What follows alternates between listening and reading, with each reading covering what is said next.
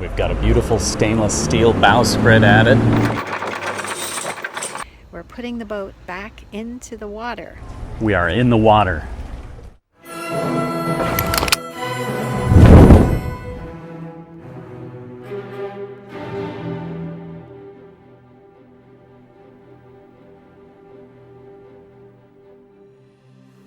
I feel like it's been forever that we've been away from Finally, and she's been on the hard in Trinidad for minor repairs, a bottom coat, and some custom additions.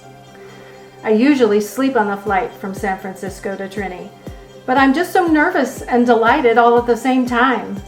I want to jump up and down instead of buckling in.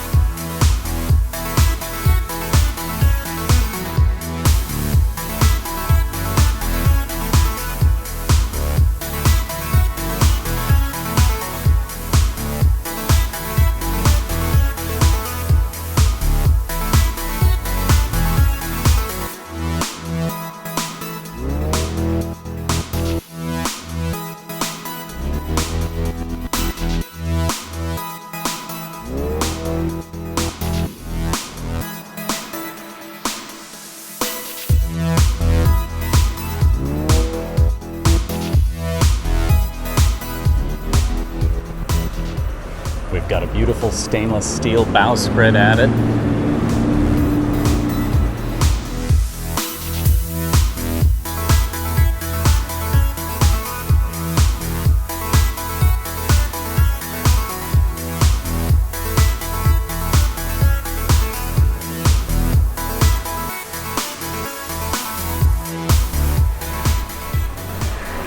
Got a nice thick barrier between the stainless and the aluminum.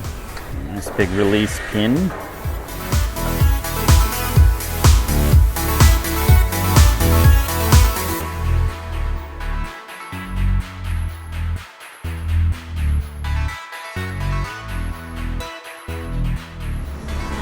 Steel lines to the hull. Nice big pad eyes. Kind of see how big that is.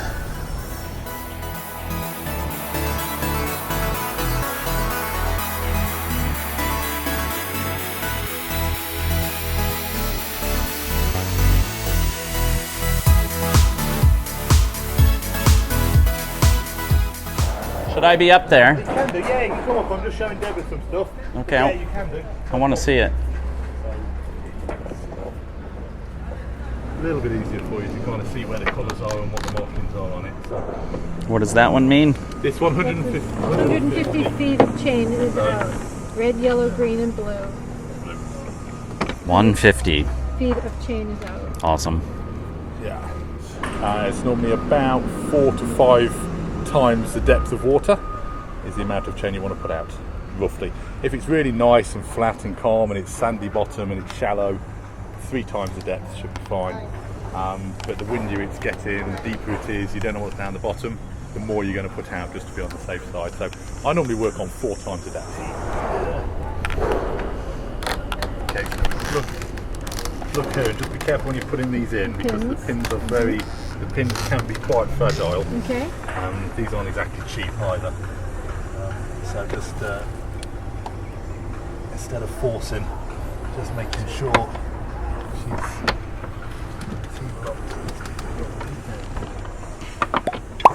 straight through there. So what does that do? That should just lock it off. So it just opens up. But then obviously as you drop back down, you pull the pin up so that it doesn't actually let it go. what it actually does, takes a little bit of the pressure off the windlass itself, so you can have a bit of slack here. But this will. So it's like it's a snubber. It's almost like a little sort of snubber. Okay. In its own right. So hopefully underneath your feet it should start peeling off the chain.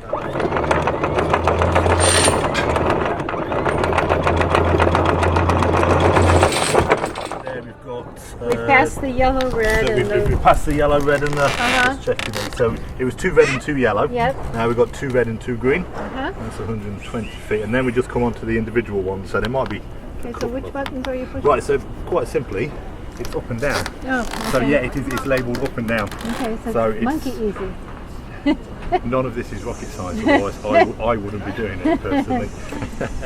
So yeah, Deborah, go ahead. You All can. right. All you want to do is just have a look. Is there a regular button if you don't have the remote? If you don't have the remote, I believe that button there should come up. I might not allow it down, but it should be. It might be a one-way button.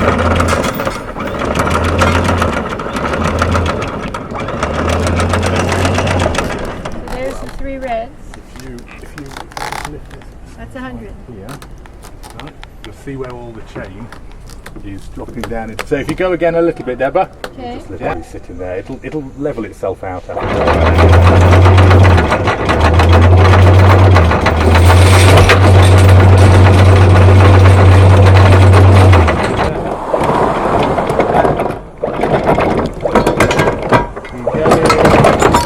Stop. Beautiful. Marine Safety Equipment Company inspected the life raft, which came with the boat. The package was 8 years old, and it failed the safety inspection. New decision time. Purchase the same size raft or upgrade to larger? Well, add this topic to the list of things Steve and I have to discuss, and it looks like we have to do homework on the topic. Good evening. So behind me, but you can't see it because it's too dark, is our boat. I am in Trinidad at Power Boats in the boatyard. Yeah, so there's the boats in the boatyard. You can see those because they're backlit. And you can see some of the other boats because they're kind of backlit. But you can't see our boat because it's not backlit. But that's it right there. I am waiting for Steve to come back from the room with the GoPro. Because we are looking for just the right spot to mount the GoPro for tomorrow's launch. We're putting the boat back into the water, and he wants to put the GoPro in just the right spot. And I have an idea, and he has an idea, so we're going to try it out and see which is the best spot. How's it looking, boss? Mate, we're looking fine. Leave them to do their bit. Nothing we can do now. It's all up to them. Yeah. Someone looking very relaxed. And she should be. Yeah.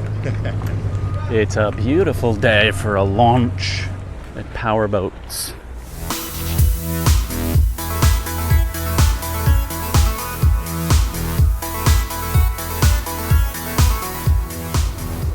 Paul says the waiting is the worst bit. I think there's a Tom Petty song like that. Waiting is the hardest part. Yes, there he is.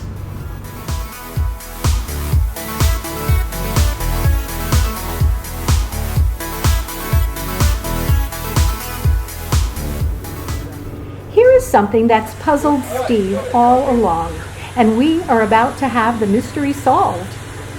Under the supports that have held up the boat, that part of the hull has no paint. He has wondered, how does that get painted?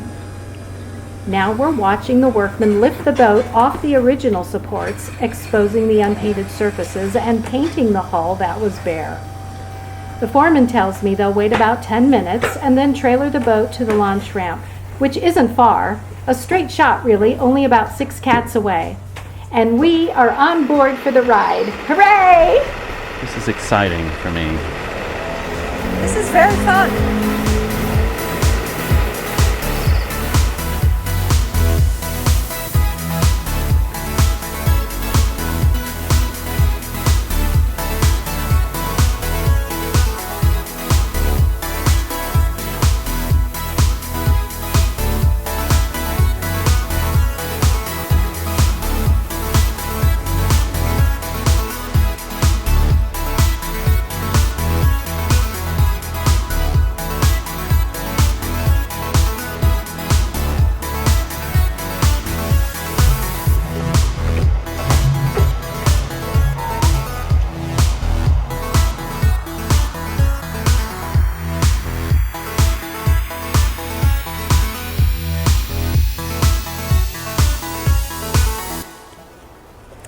pretty steep. Yeah, Boat's in the water. we are in the water. Woohoo! And Paul is in the engine bay.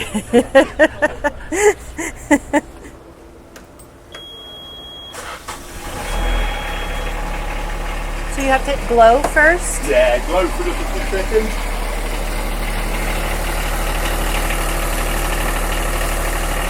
Hold it on glow just to warm it up. Yes. Glow for just 5-10 seconds. On to start. Push in. Right, and that engine, this battery light always stays on until you give it some good revs. Checking hot water coming out. Water on the floor. Water coming through that little bit there. Yep, it's coming out. Pretty much indicating it's coming out too. Just want to leave it running for a few minutes.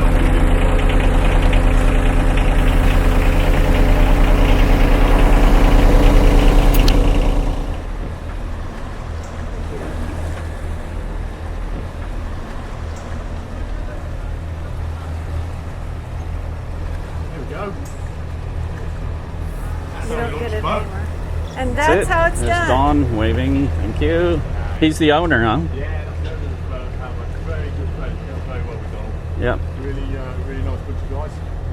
Great service. I bring all the boats in. Every single one of my boats. Anybody ever asks me where to go, I say Power boats. Deborah, do you want to go on the helm? Yes. Come on. Let's, now we're out the there. This guy's got a helicopter pad. Yep. They're like they're pipe laying or cable laying vessels. Ah. The oil and gas and things like that around here. A lot of these. That's quite a small one coming in actually. Tidewater's a local. It's an American. Oh, we've put the Admiral in charge. Excellent. Yeah, I finished. It just dropped me off over there. Right. And it's just keeping your eyes open all around you, especially when you've got lots of big boats and vessels around. Yeah. So, especially from behind you. Uh-huh. If you're going to change direction. Okay. So just remembering that if you do want to get invited, if you all of a sudden, hey, let's head over there. Yeah. Just make sure you're checking behind you Okay. first. There's nothing coming up, especially around here. There's lots of pirogues and fishing boats that come screaming through here. Okay. So this area particularly, but it's good just to keep your visual all around you. Okay. 9 times out of 10, you're completely open. You've got nothing really, no real dangers. We're going nice and steady on the speed. I just want to warm the engines up slowly, as opposed to just going. Yeah. Let the engines warm up because they've probably been used for a while. So, and we'll head off down to Turtle Bay. Okay. We'll head off for a little tootle down Turtle Bay. Let you steer down there. Maybe drop the anchor. So you're just going to go forward with the starboard engine. So you'll hear it go into gear. Keep going. Felt it. Keep going. A bit more. There you go. So you see how far forward you actually have to go before you actually get any revs going on. There's quite a distance there to do it. So put a few more revs on that one. Okay. And the boat will start to slowly turn to the left for you, very slowly. But still while giving you forward momentum. And again, so bring that one into neutral. All the way down.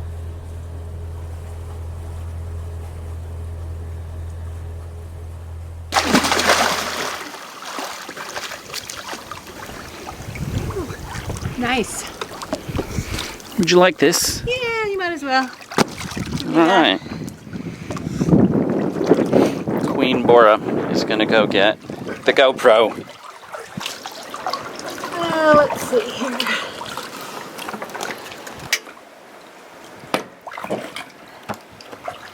Got it. Excellent. So we're on our mooring balls here. Well, I say balls because there's like 4 points of connection here. 2 in the rear and 2 up front. We're at Trinidad Tobago Sailing Association.